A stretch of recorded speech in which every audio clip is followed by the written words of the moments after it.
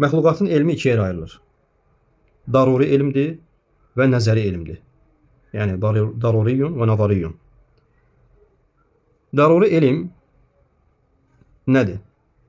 Yəni zəruri elm heç bir araşdırma və istidlalə ehtiyac olmayan elmdir. Buna deyirlər zəruri elm. Məsələn, bu şey fitridir, qardaşlar. Yadınızda saxlayın. Fitri bir şey. Məsələn, insan bilir ki, ona öyrətməsən belə, sən bilirsən ki, odun təbiəti yandırmaqdır. Elə deyilmi?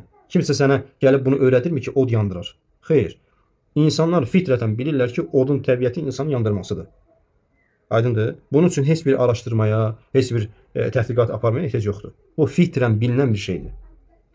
Tamam. Buna deyirlər zəruri elm. Məsələn, insanlar bilir ki, yayda isti olur, qışda soyuq olur. Bunlar hamısı fitri bilinən şeylərdir. Elmlə, araşdırma yolundan bilinən şeylər deyil. Deməli, məxluqatın elmi ikiyə ayrılır, zəruri və nəzəri elm. Zəruri elm odur ki, fitri olan. Anadan gəlməsən bilirsən ki, bu məsələ belədir. Öyrənməyə ehtiyac yoxdur. Nəzəri elm, qardaşlar, nəzəri elm yəni araşdırma. Yəni araşdırma. Bir insan, məsələn, namazın şərtlərini sən öyrənməsən, bilə bilməzsən. Bu sənin fitrətində yoxdur yəni. Şəriətdə elm tələb etməsən, sən bilə bilməzsən ki, namazın neçə şərti var. Buna deyirlər nəzəri elm. Və nəzəri elm, qardaşlar, nəzəri elm, əsas bizim işimiz bununlandır. Zəruri elmlə yox. Nəzəri elm özü, qardaşlar, 3 maslardan öyrənilir. Və bu 3 məslərin, yəni qayıdılacaq mərci, yəni qayıdılacaq bu 3 məslər ki var əlimizdə, əhlüsünnə bu 3 məslər barəsində ittifaq edib, qardaşlar. Heç kim əhlüsünnədən deməyib ki, bu 3 məslərdən birindən götürmürük. Onlar da hansılardır? Diqqətli olun. Əhlüsünnənin din öyrəndiyi, nəzəri elmi öyrəndiyi, ittifaq etdiyi 3 məslər var. Quran, sünnə, icma. Quran, sünnə və icma. Və bundan dördüncüsü, qardaşlar, qiyas.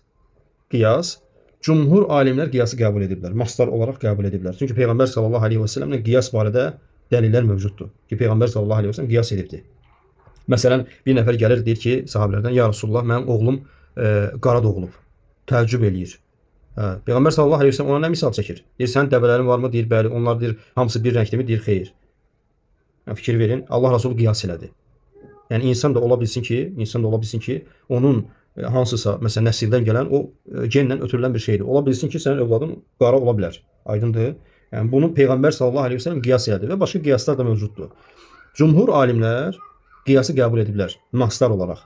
Yəni, qiyasdan dəlillər çıxardıblar. Bizim məqsədimiz odur. Biz dinimizi hardan öyrənirik? Nə ilə hökm veririk? Quranla, Allahın kitabı, Rasulun sünnəti ilə və icma ilə. Alimlər icma edib ki, məsələn, bu məsələnin hökmü bu cürdür. Biz götürüb əməl edirik onu.